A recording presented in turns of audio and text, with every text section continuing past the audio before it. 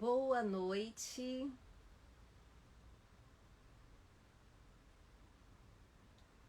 Boa noite.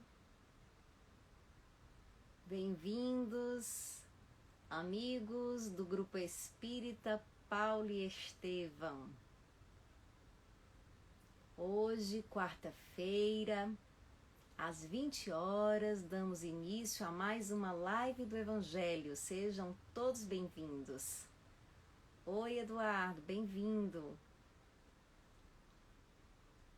Vamos chegando, diretamente de Fortaleza, para o mundo. Aqui estamos para falar do Evangelho de Jesus segundo o Espiritismo. Boa noite, Rosângela. Olá, Paula. Boa noite, Cláudia. Guga. Gláucia. Boa noite a todos vocês. Kátia. Olá, Kátia. Seu Álvaro, boa noite. Vamos então aqui dar alguns avisos enquanto vamos recebendo os participantes dessa live do Evangelho. E aviso hoje, para quem quiser acompanhar a lição do Evangelho, embora eu não leia o texto inteiro do Evangelho segundo o Espiritismo, eu tenho lido alguns trechinhos. Se vocês quiserem acompanhar, será o Egoísmo, capítulo 11, itens 11 e 12. Quem tiver em casa já pode ir pegando seu livrinho, abrindo no capítulo 11, itens 11 e 12. Amanhã nós teremos a live do Evangelho com Aníbal Albuquerque. O tema será a lei de amor. Na sexta-feira, gente, nós teremos mais uma palestra do Setembro Amarelo, da campanha do GEP, O Bom da Vida é Viver. Na Água Fria, a palestra será com Wesley Nogueira. E o nome da palestra é tão falante quanto ele. A fortaleza é uma virtude conquistada quando o teu ideal for o amor. Wesley é uma pessoa muito desenvolta, falante, alegre, e essa palestra dele será transmitida aqui pelo Instagram do GEP, mas também poderá ser acompanhada presencialmente no Paulo e Estevão da Água Fria. Na Piedade também haverá uma palestra da campanha do Setembro Amarelo, O Bom da Vida é Viver. Ali será com Fabiano Lobo, que já muitas vezes também fez aqui algumas lives do Evangelho durante esse período da pandemia. O Fabiano estará falando no bairro da Piedade. O tema que ele abordará será O que te aflige? Essa palestra não será transmitida pelo @gep.oficial, porque só é possível transmitir uma palestra. E o Paulo e Estevão da Água Fria, ele é melhor preparado para a transmissão. Mas ambas as casas estão preparadas para receberem pessoas, um número limitado de participantes durante as palestras presenciais. Quando atinge esse número, já não é mais possível entrar e participar das palestras presencialmente. Então, quem for, vá cedo. As palestras são às 20 horas, assim como as lives do Evangelho. Estão todos convidados para assistirem essas palestras dessa campanha de setembro, uma campanha de prevenção do suicídio, a qual o GEP já está incorporado através dos seminários, do evento O Bom da Vida é viver. Gente, vamos aqui ler uma poesia. Já estamos 7 minutos. Aqui já deu para chegar a um certo número de pessoas. Eu vou ler aqui uma poesia de abertura para que a gente vá se harmonizando um pouquinho mais, se aquietando. Então você que está aqui sintonizando com o nosso canal do GEP, eu convido a respirar, a sentir sua respiração. E durante a respiração você sente o fluido universal entrando você, penetrando o seu corpo, suavemente alimentando todas as células, energizando para que você possa se fortalecer para as lutas do dia a dia nesse nosso planeta de tantas dificuldades, mas também de tantas alegrias, de tantas belezas. Assim, sentindo esse banho de energia, esse mergulho consciente no fluido universal, eu vou ler uma mensagem do livro Cura Teu Coração, esse livro que tem nos acompanhado durante as lives do Evangelho na quarta-feira, do poeta Vanderlei Pereira. E a mensagem é: transformemos o coração. Mais uma vez, abrimos nossas portas para estarmos contigo em nosso lar. No encontro do Evangelho para orar, pois somente, Senhor, Tu nos confortas. Não temos mais aquelas horas mortas do vazio de outrora. Hoje, em lugar da indiferença, temos para alertar Jesus mostrando nossas trilhas tortas. Nesses encontros, temos nos guiado em meio a um mundo muito perturbado para grande e irreversível transição. Pois distante de Deus tudo piora, porém perto de Deus tudo melhora. O amor é quem transforma o coração. Vejam só que interessante. Nesses encontros, são encontros do Evangelho que o poeta fazia, temos nos guiado em meio a um mundo muito perturbado para a grande e irreversível transição. A gente pode encarar essa transição de 2 pontos de vista. Do ponto de vista da transição do mundo, de planeta, de expiações, de provas e expiações, como dizemos na doutrina espírita, para um planeta de regeneração, um momento de transição da humanidade, de um maior avanço evolutivo, como também nós, através do Evangelho, do estudo do Evangelho, estamos nos guiando para a grande e irreversível transição da morte. Porque o bem viver é um se preparar para bem morrer. A gente aqui se prepara, nós nos preparamos para o enfrentamento da irreversível transição, para o bom morrer através do bem viver.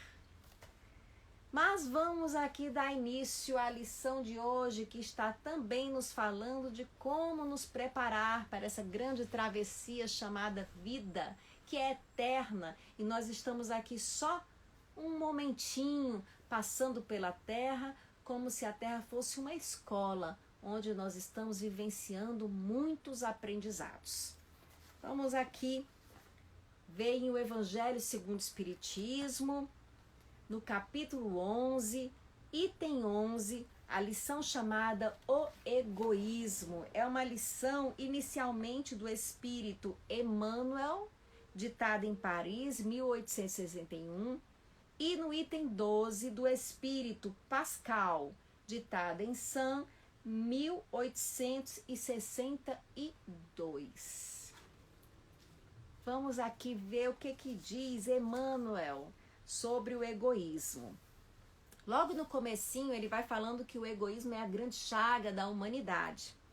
E diz assim, uma frase que chamou muito a minha atenção, porque ela pode até soar um tanto presunçosa.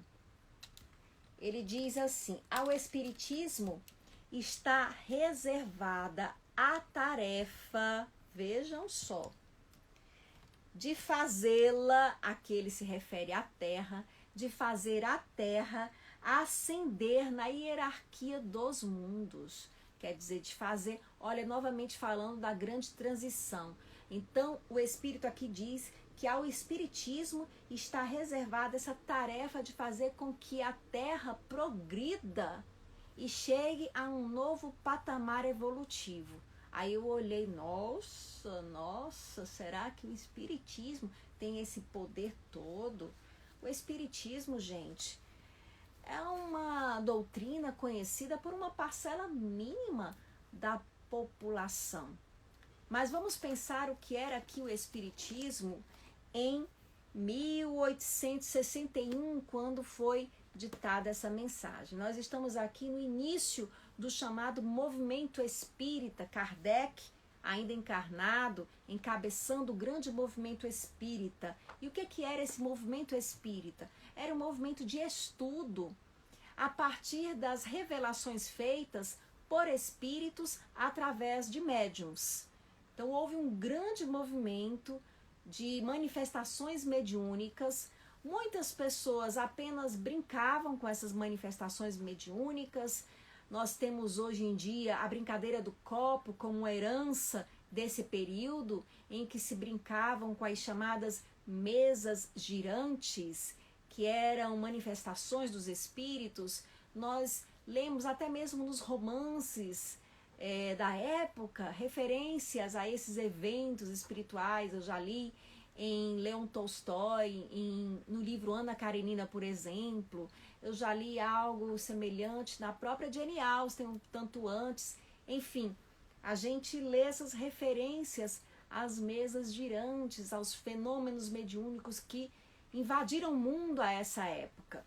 E aí, Kardec, que na verdade se chamava Hippolyte Léon Denisard Rival, que era um professor francês, ele se dedicou a estudar esses fenômenos. Primeiro com muita reserva, querendo entender o que causava esses fenômenos. Depois, entendendo que eram os espíritos que causavam os fenômenos, fazendo perguntas aos espíritos para tomar conhecimento sobre a vida espiritual, uma vez que é a vida para a qual todos nós partiremos através da morte.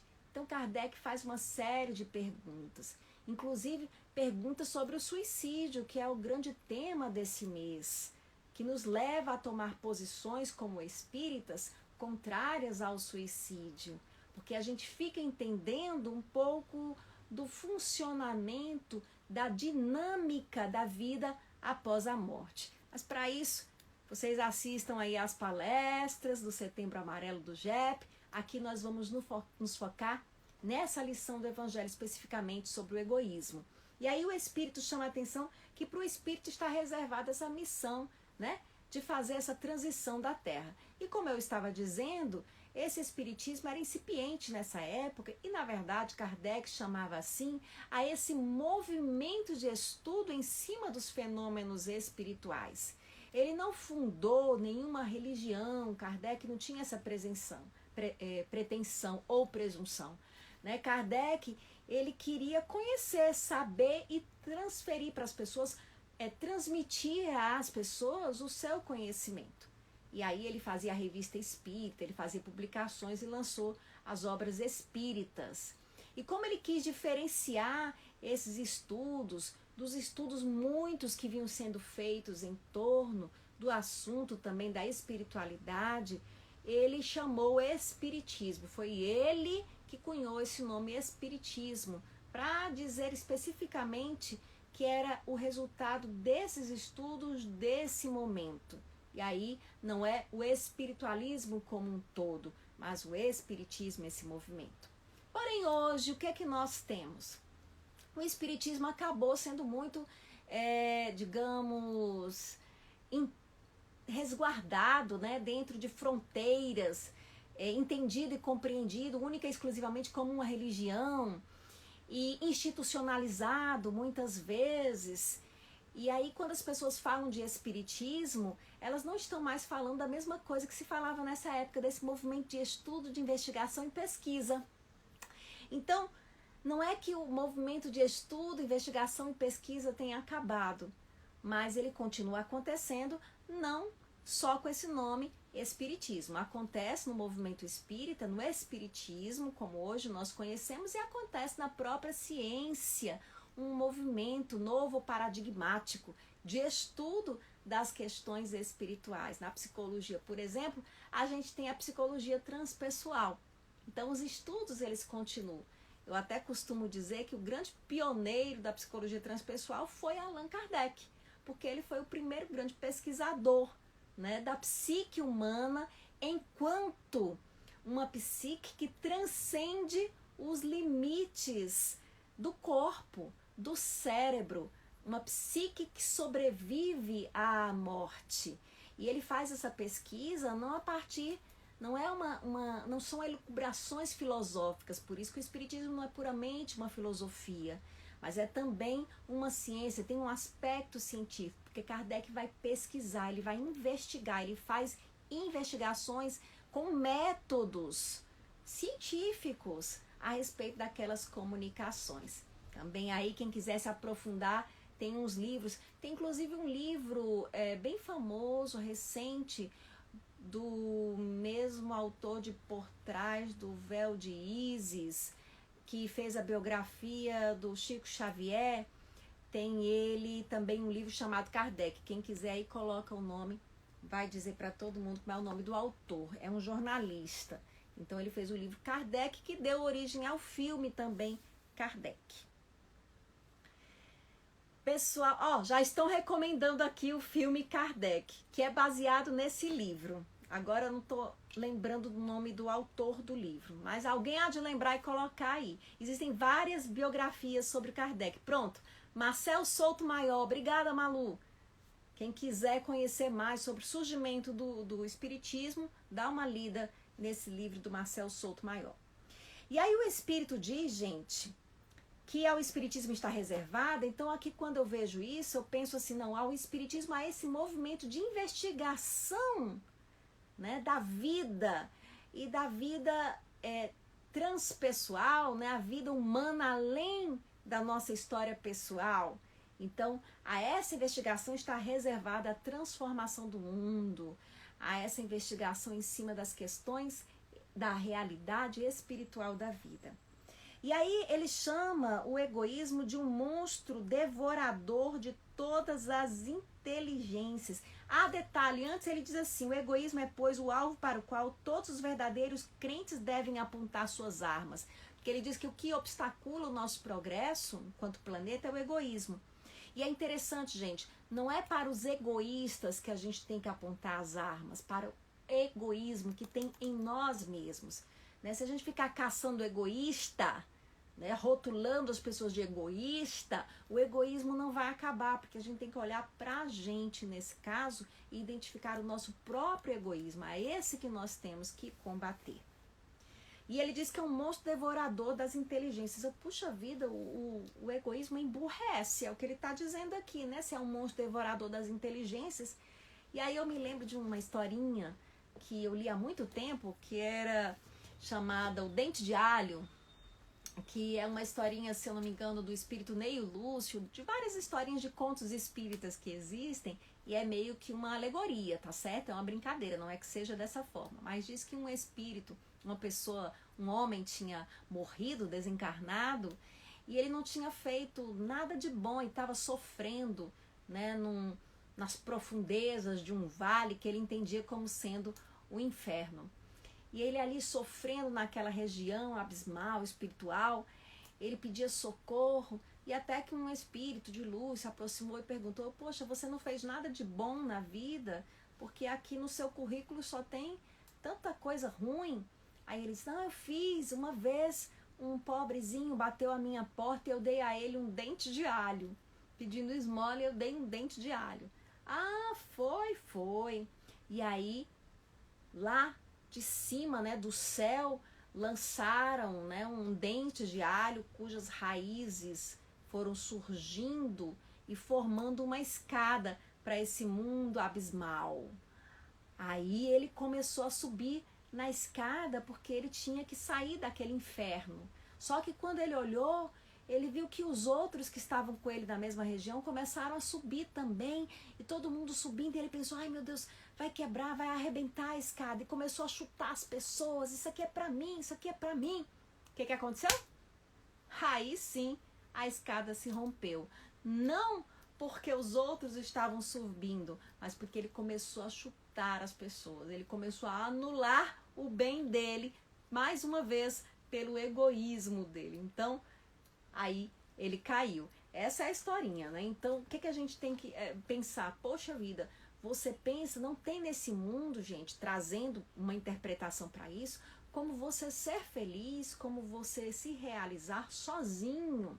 Nós precisamos dividir. Muito do que nós chamamos de felicidade é a partilha, é a divisão daquela experiência com os outros, é o partilhar das nossas satisfações com os outros. E aí o Espírito segue, né, dizendo que Jesus deu o exemplo da caridade e Pôncio Pilatos o do egoísmo. Como assim? Né, quando ele lavou as mãos, né, que nessa hora, o que Pôncio Pilatos faz quando lava as mãos, gente? É como se ele dissesse assim, ó, eu sei que o cara não fez nada de mal, que ele está sendo condenado injustamente, mas tô nem aí. Eu até me lembrei aqui de uma poesia de um poeta, é um poeta marxista, né? Mas eu não tenho nenhuma intenção aqui realmente de apologia, chamado Intertexto. Primeiro levaram os negros, mas não me importei com isso. Eu não era negro. Em seguida levaram alguns operários, mas não me importei com isso. Eu também não era operário. Depois prenderam os miseráveis, mas não me importei com isso, porque eu não sou miserável. Depois agarraram alguns desempregados, mas como tenho meu emprego, também não me importei. Agora estão me levando, mas já é tarde. Como eu não me importei com ninguém, ninguém se importa comigo. Bertold Brecht. Não é bonito, né, gente? É isso mesmo, né? Se a gente faz aos outros, como ensinou Jesus, aquilo que gostaria que os outros nos fizessem. Nós temos que entender que nós somos um grande sistema, onde estamos nos influenciando uns aos outros, estamos mergulhados uns nos outros. Eu às vezes até uso uma analogia que é a vela. Deixa eu mostrar aqui para vocês, né? Quando a gente tem uma vela, né, se eu acender aqui o pavio, né, da velinha, vai formar uma luz. E aí se eu pego outra vela e acendo também essa outra velinha, né, o que vai acontecer? As luzes, elas se interpenetram, mesmo que as velas estejam distantes.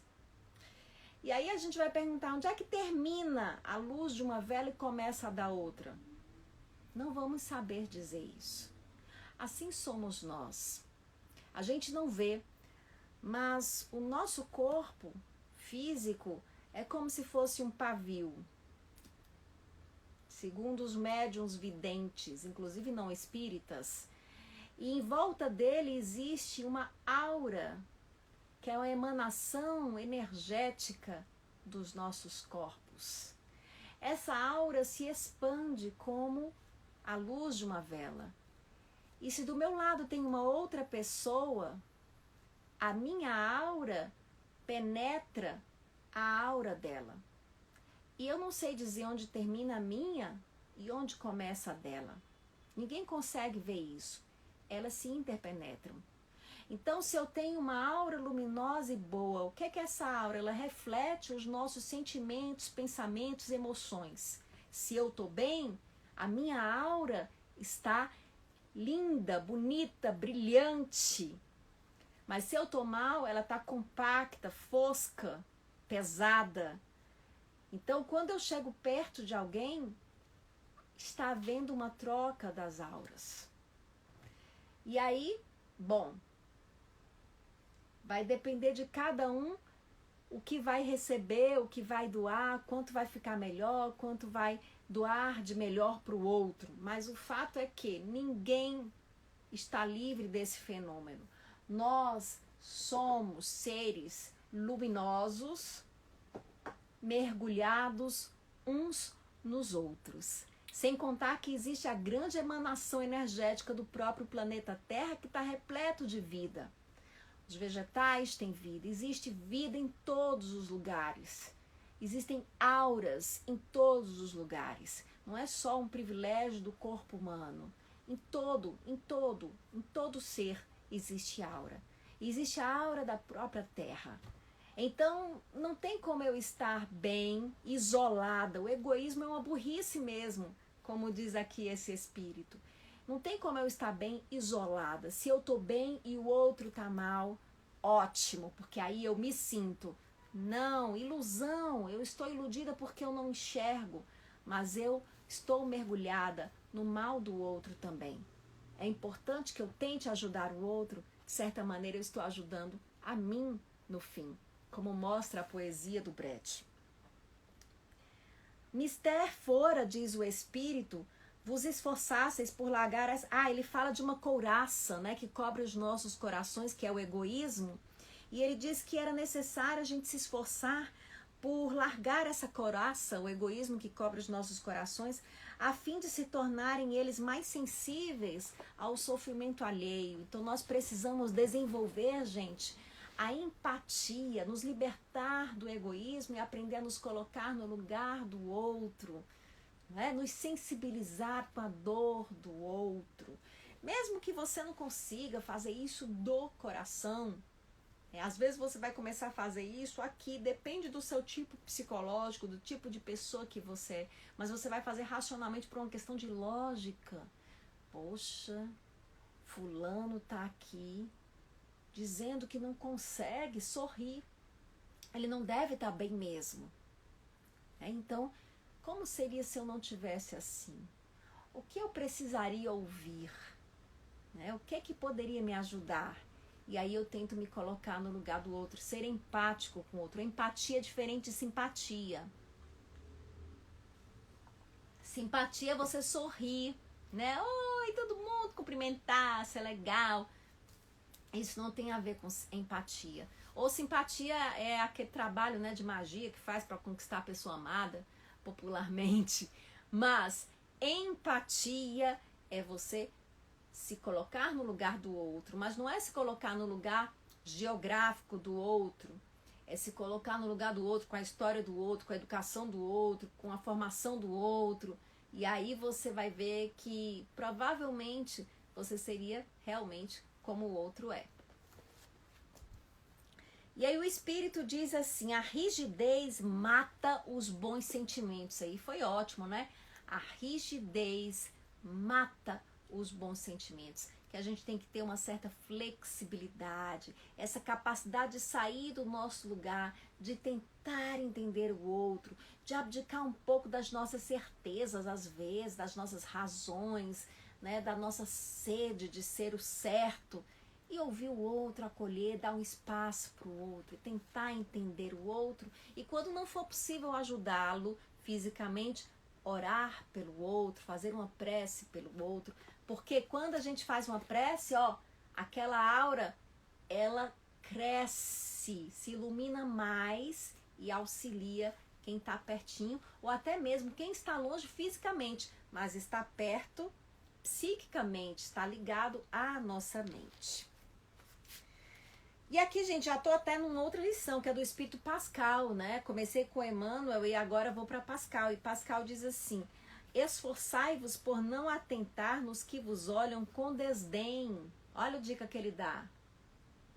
Dá uma dicasinha final, né? Não fica preocupado em corrigir os outros.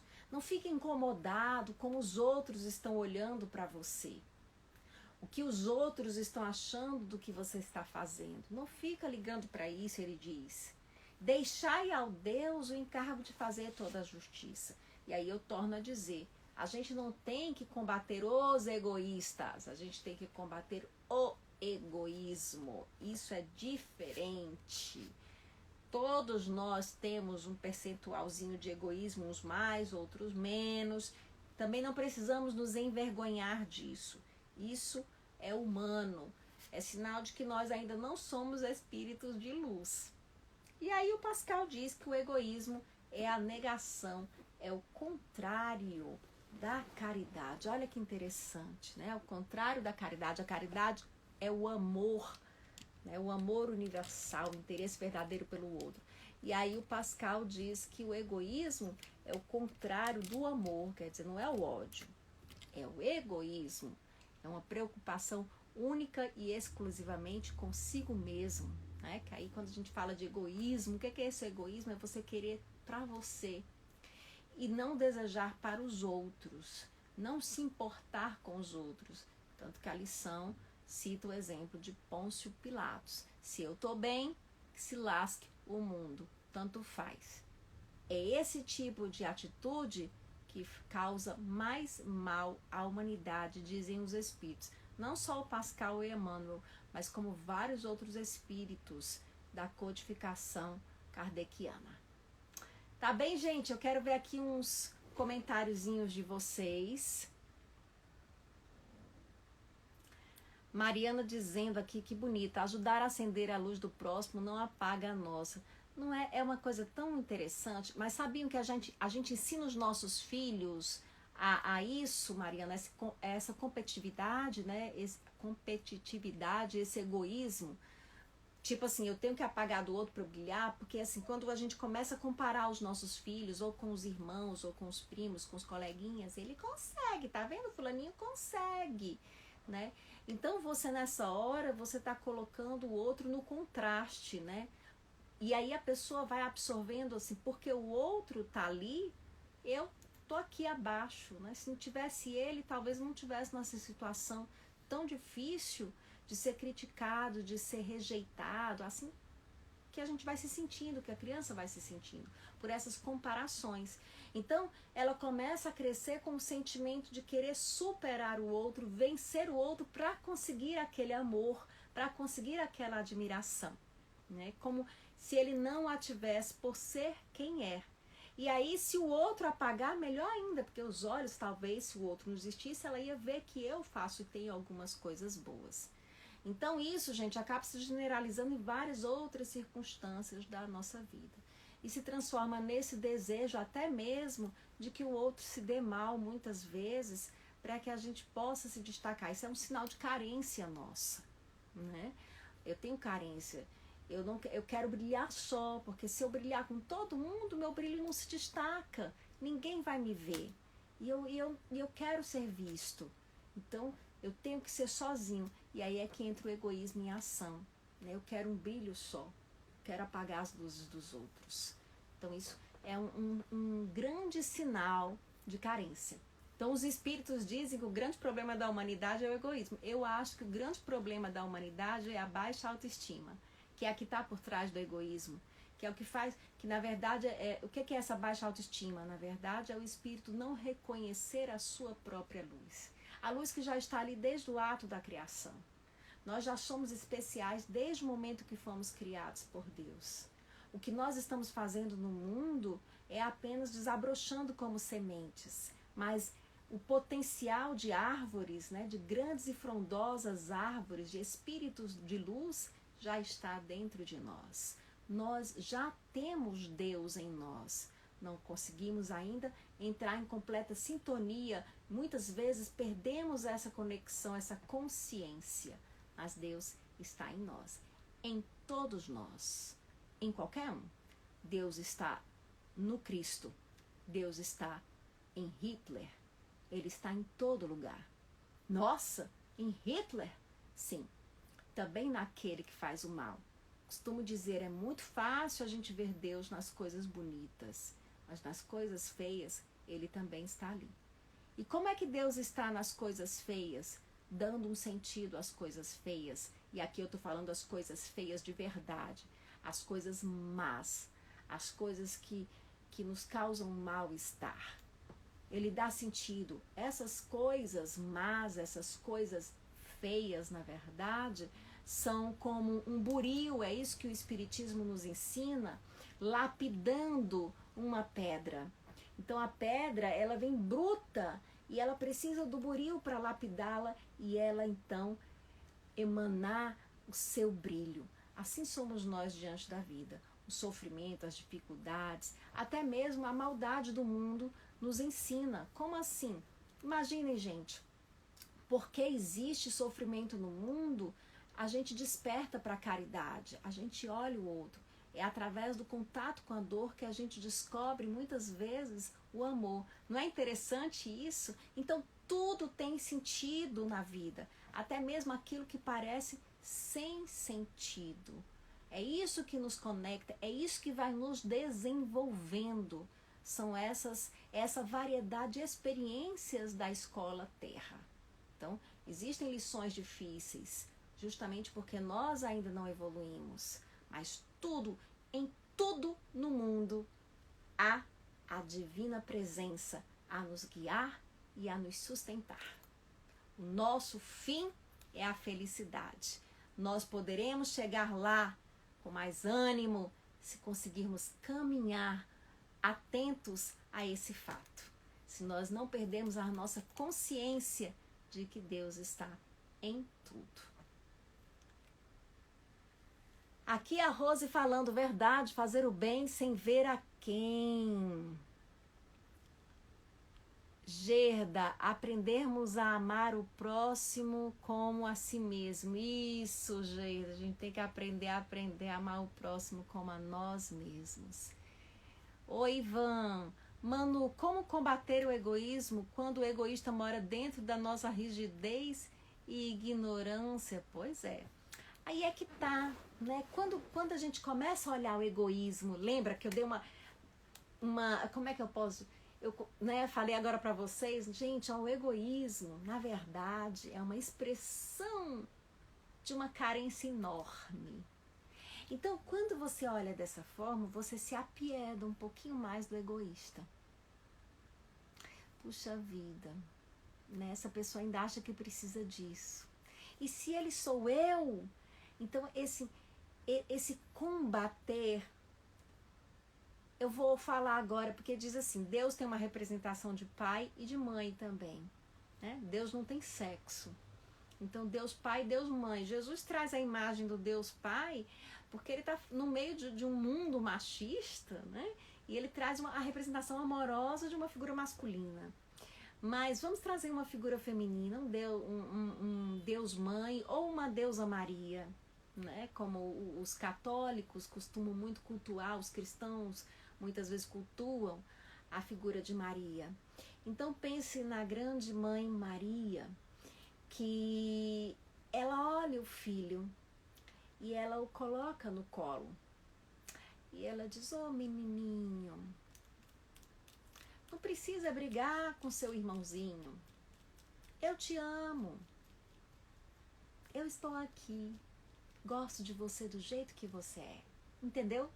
É por aí, Manu. A gente se coloca um pouquinho no colo também quando a gente descobre, né, os nossos podres e diz, puxa, boba, Carol, tu ainda liga para essas bobagens? Você ainda fica ligando, né, querendo as coisas só para você? Você ainda não quer dividir nada? Você ainda tá desse jeito, bobinha? Você merece mais, né? Divida e aprenda como é alegre dividir. Eu gosto muito de pensar dessa maneira, né? Do que pensar naquele método antigo de um cristão que fica se batendo, meu Deus, eu não mereço. Nós estamos num outro momento, um momento de maior consciência. Quando nós somos ainda seres muito atrasados, a gente precisa talvez de regras mais duras. Mas quando a gente a humanidade, né, vai caminhando, se tornando mais consciente, a gente vai melhorando nisso. O egoísta pode se tornar assim devido à rejeição Ó, CM Santiago tá aqui perguntando. Deixa eu te dizer uma coisa. Aí você tá falando da pessoa eminente que você está considerando egoísta, né? Os nossos atos egoístas são frutos da nossa imperfeição. Eu vou chamar assim, né? Porque assim, a nossa imperfeição, que também eu tenho sempre combatido esse termo, porque a gente entende muito como se a gente tivesse sido feito errado. Então eu vou dizer assim, da nossa imaturidade, eu prefiro esse. Pronto. Apaga a imperfeição, bota imaturidade, Santiago. Então assim, o egoísmo, ele é reflexo da nossa imaturidade, bobinhos, né? Que nós somos ainda espiritualmente. Rejeitados, porque nós nunca fomos, não por Deus, né? Ele nunca nos rejeitou. Mas nós assim nos sentimos apartados de Deus, entende? Mas ele nunca nos rejeitou, ele está presente em tudo, como eu disse, nos convidando ao crescimento. Então, o egoísmo, ele é um fruto da nossa, ele é uma manifestação, uma expressão da nossa imaturidade espiritual, entende? Mais para aí. Mas assim, aquela pessoa que você vê, que você conhece, nossa, fulano é tão egoísta. Aí depende do que você está chamando egoísta, né? Pode ser assim, por exemplo, digamos que ele seja descendente, né, filho de um pai e mãe judeus que sobreviveram ao Holocausto e que sentiram muita fome e que e que transmitiram aos seus filhos o terror que é passar fome e a sua experiência de medo da morte, de medo de não ter nada. E aí esses filhos com esses pais são educados sempre com medo de perder o que tem. E aí eles se agarram a tudo que tem, crescem, né, se agarrando ao que tem. Então, é como eu disse, não necessariamente houve uma rejeição aí nesse caso, por isso que eu falei, não dá pra gente generalizar, mas há uma imaturidade espiritual ainda de todos, né? Isso tá com todos nós. Mas pode ser isso, essa pessoa muitas vezes ela não foi orientada de outra forma, ela não foi educada de outra forma, ela teve uma família que passou por padecimentos, né? Que transmitiu esse medo para ela, o medo de não ter, né, de não ter quem ajude. E isso vai ter que ser ressignificado. Então, por isso que é um trabalho que a gente tem que fazer com a gente mesmo, né? Você tem que identificar o que é o seu egoísmo e qual a raiz dele, o que ele está querendo dizer, né? E será que é verdade isso, essa sua luta? Né? E aí identifica a sua ilusão que está sustentando esse egoísmo. Ângela, é mais fácil a caridade material do compartilhar um sorriso, um bom dia, uma palavra de conforto. Depende, né, Ângela? Eu também sempre disse assim, a caridade espiritual, assim, ela é difícil, sobretudo quando o outro, né, é uma pessoa difícil, que aí sou eu ter essa paciência, essa capacidade de acolher, né? Dependendo do que são os meus valores, talvez a caridade material seja extremamente difícil. Enfim, eu acho que a gente tem sempre um resquício de caridade, mas também tem sempre expressões, ou um resquício de egoísmo. Nós sempre temos egoísmo, mas também sempre temos expressões de caridade. E aí cada um vai ver o que é mais difícil para mim, né? Às vezes é mais fácil eu doar, eu tô dando aqui as coisas fisicamente, materialmente, fazendo doações, achando que com isso eu estou livre de ser gentil, de dizer um obrigada, né? De manifestar os meus preconceitos. Se eu já li Artes do Ser, você já leu todos esses livros da estante? Não, eu não sou a única leitora dessa casa, nem todos os livros são meus, quer dizer, são meus também, mas assim, não fui eu que os comprei todos, não. Nós temos aqui uma casa com muitos leitores. Moram nessa casa atualmente 4 leitores. Então os livros são divididos. E olha que isso aqui não é nem 1/3 dos livros que tem nessa casa, certo? Artes do Ser. São muitos e muitos e muitos e muitos. Mas é interessante porque na nossa família nós temos uma afinidade. Geralmente nós gostamos do mesmo tipo de leitura. né? Então aqui vocês estão vendo, aqui tem psicologia transpessoal, Ken Wilber, aqui história geral, meu marido é historiador e por aí vai. Tem de tudo aqui. Joana, tem que ter muita lapidação, opa, no presidente do nosso país. Todos nós, né, Joana? Todos nós temos que realmente ter muita lapidação, né? Ele talvez em alguns aspectos, eu em outros aspectos, né? A gente tem que fazer o que está ao nosso alcance, né? Para fazer valer as coisas que a gente acredita, mas acredito assim, o espírita, né, politicamente, pensando aqui, como é que se comporta o espírita politicamente, né? Qual a opinião política do espírita? Primeira coisa que nós temos, gente, é um respeito à liberdade. Então, a liberdade de interpretar, de interpretar a sociedade como deve funcionar a sociedade. Então, assim, eu faço a minha interpretação, eu entendo o que é melhor para o país, o outro entende o que é melhor para o país. E aí eu respeito esse direito que o outro tem de interpretar. Eu posso até criticar as atitudes de uma certa liderança, né? Eu critico aquelas atitudes, eu combato. Tomara que sempre tenhamos a oportunidade de fazer isso através do voto, né? Nós vamos tentando, eu combato, eu faço daquele jeito que eu acho, né? Que é o que você está sugerindo aqui. Mas eu não fico chamando as pessoas, né? Dizendo que essas pessoas não são cristãs porque não pensam como eu. Eu acho que isso daí a gente tá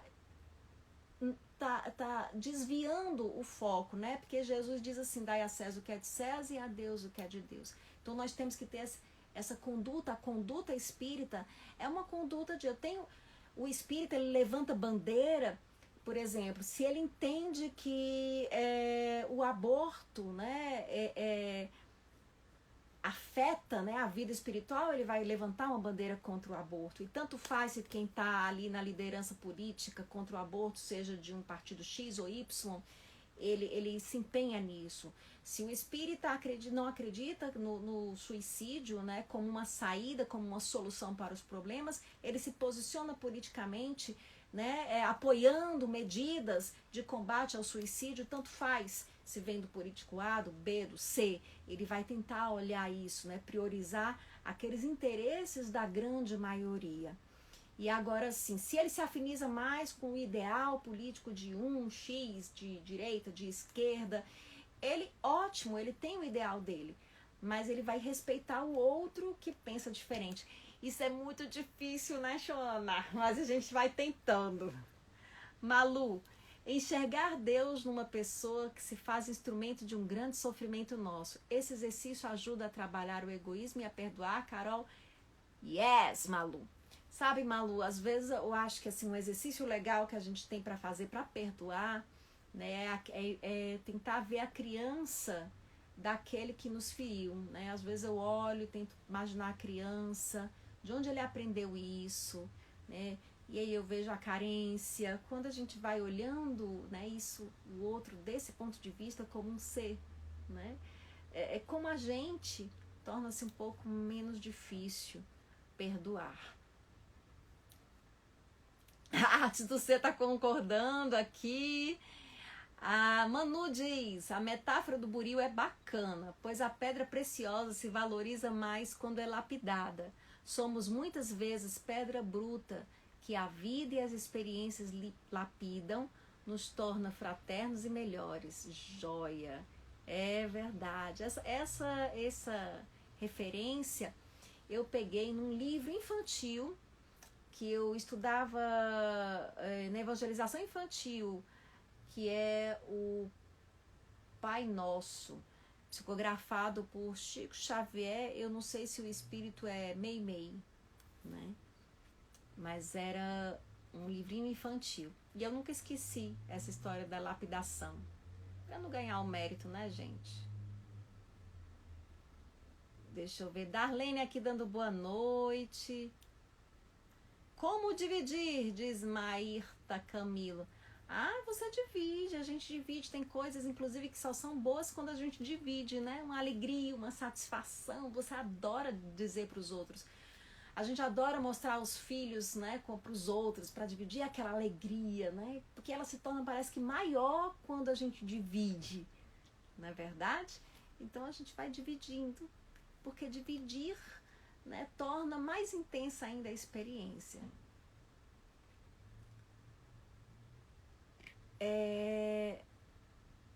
Olha o que você acha de uma mensagem espírita atrás de sonho e isso se realiza, isso é merecimento ou não? O que eu acho de uma mensagem espírita? Eu não estou entendendo, Rose, a sua pergunta. E eu acho que você tem uma mensagem. Você recebe uma mensagem, acho que é através, né? Porque às vezes a gente digita, através de um sonho isso se realiza. Isso é merecimento ou não? Depende.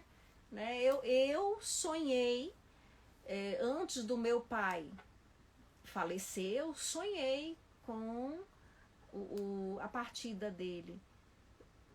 Se é merecimento eu saber ou não, eu acredito que é porque quando a gente bota as coisas em merecimento, né, fica parecendo que é um prêmio ou um castigo.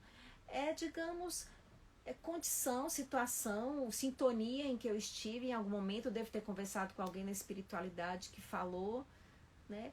E como eu vou lidar com isso, eu acho que assim, é que importa. Quando você tem um sonho premonitório, não necessariamente aquele sonho vai se realizar, sabe, Rose? Um sonho premonitório pode ser uma probabilidade, entendeu? É como se a vida estivesse te mostrando uma probabilidade. Se você continuar por aí, olha onde você vai parar, entendeu? Então é mais ou menos isso. Obrigada, Angélica. Por trás de cada um de nós existe uma imensidão ainda a ser descoberta, diz a Vanessa. Maristela, boa noite. Quando vence um desafio é bom demais. Isso, né, Rose, que você tinha dito. Porque a gente digita, sai errado. Aí o através estava atrás. Bom, pessoal, estamos nos aproximando do finalzinho da nossa live. Então vamos nos esforçar, né? Esse é o grande convite dos espíritos que transmitiram essa mensagem, que Kardec escolheu, essas duas mensagens que ele escolheu para colocar aqui no Evangelho, a de que a gente tente se libertar do egoísmo, né? E entenda que o egoísmo, na verdade, ele realmente, como o Espírito disse, né? Ele é um tanto tosco, né? Porque ele se volta contra nós mesmos.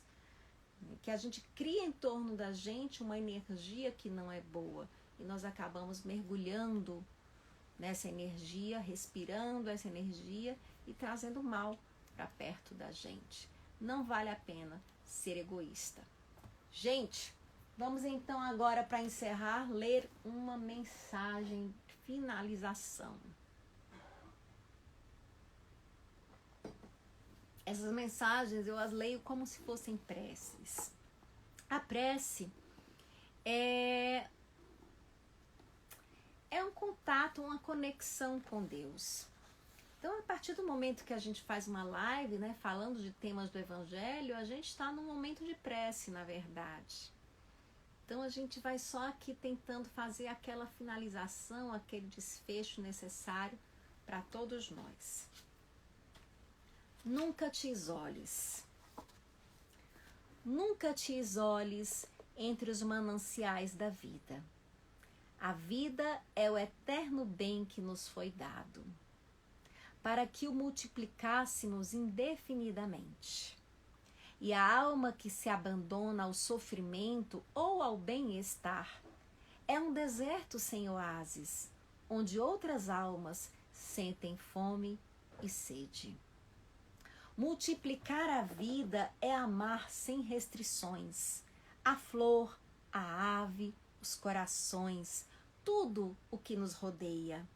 Atenuar a dor alheia, sorrir aos infelizes, bendizer o caminho que nos leva da treva para a luz, agradecer a Deus que é Pai bondoso, firmamento, luar, as alvoradas.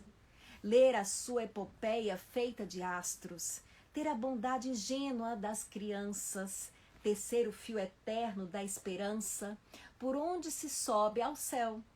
Dar sorrisos, dar luzes, dar carícias, dar tudo quanto temos Tudo isto é amar multiplicando a vida, que se estende infinita ao infinito.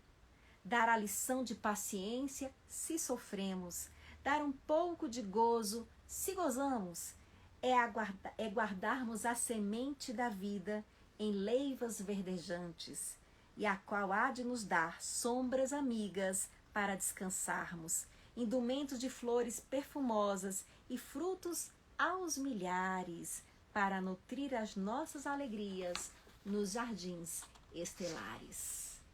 Essa poesia é do espírito Marta. Na verdade, um espírito que não se identificou, ficou apenas como Marta, transmitido por Chico Xavier, esse poema, no livro Parnaso de Além-Túmulo. Vários autores, e hoje Chico Xavier habita nesse além-túmulo e se uniu a esses espíritos que inspiram e que ajudam a humanidade. Muito obrigada, gente, a cada um de vocês por suas colocações, por dividirem comigo as suas luzes, né? Por esse momento em que nós vamos pensar assim, se cada um de nós é como a velhinha nesse momento de prece, de encontro, nós estamos com uma chama imensa. E essa chama minha com a sua, imagine, com as das pessoas que estão sintonizadas aqui, talvez esteja formando uma pequena fogueira nesse nosso mundão imenso. Muito obrigada, que Jesus nos abençoe e até semana que vem, gente. Tchau, tchau.